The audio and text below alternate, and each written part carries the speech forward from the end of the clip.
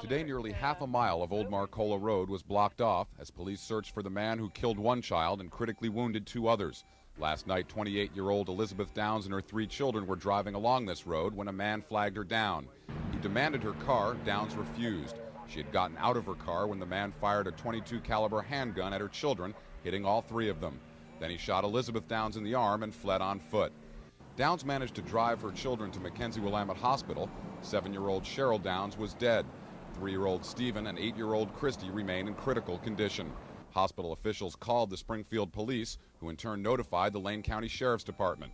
County Sheriff Dave Burks. The entire detective force was called out, what we had left, and started contacting witnesses and seeing what had happened.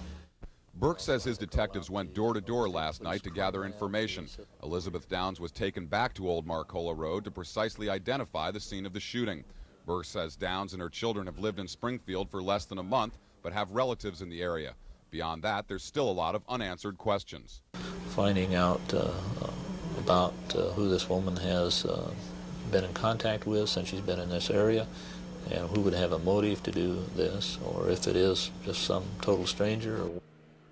This morning, investigators found some spent cartridges by the roadside. According to Burks, each child was shot once. Roadblocks in the Marcola area were still set up this morning to question people on their way to work.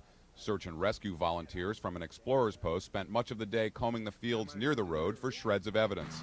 Investigators are also looking for a 1960s type yellow car, possibly a Chevrolet, that Downs says was parked by the side of the road. The car was gone by the time police got to the scene. This afternoon, the Sheriff's Department released this composite drawing of the suspect, who is said to be in his late 20s with shoulder-length hair and a scraggly beard.